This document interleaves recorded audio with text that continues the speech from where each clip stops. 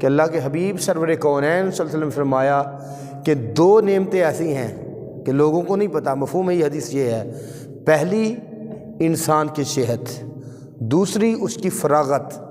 جب انسان کے پاس صحت ہوتی ہے تو اس کو ہوتا ہے کہ میں مال کماؤں مال کماؤں مال کماؤں، پھر جب صحت جاتی رہتی ہے پھر کہتا ہے نمازیں پڑھ لوں، اچھے عمل کر لوں۔ دوسری بات فراغت، پہلے جب فارغ ہوتا ہے تو کچھ کام نہیں کرتا، لیکن جب مصروف ہوتا ہے تو کہتا ٹائم ملے گا تو نماز پڑھ لیں گے، ٹائم ملے گا تو نیک کام کر لیں گے۔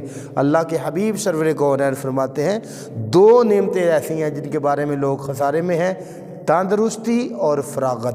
اللہ نے کہ آج ہمیں صحت عطا فرمائی ہے، اس کا فائدہ اٹھائیں۔ اگر آج اللہ نے فراغت دی ہے تو اس کو اللہ کے ذکر میں لگائیں۔ ہمیں چاہیے اپنی ان نعمتوں کی قدر کریں اور اس کو اللہ اس کے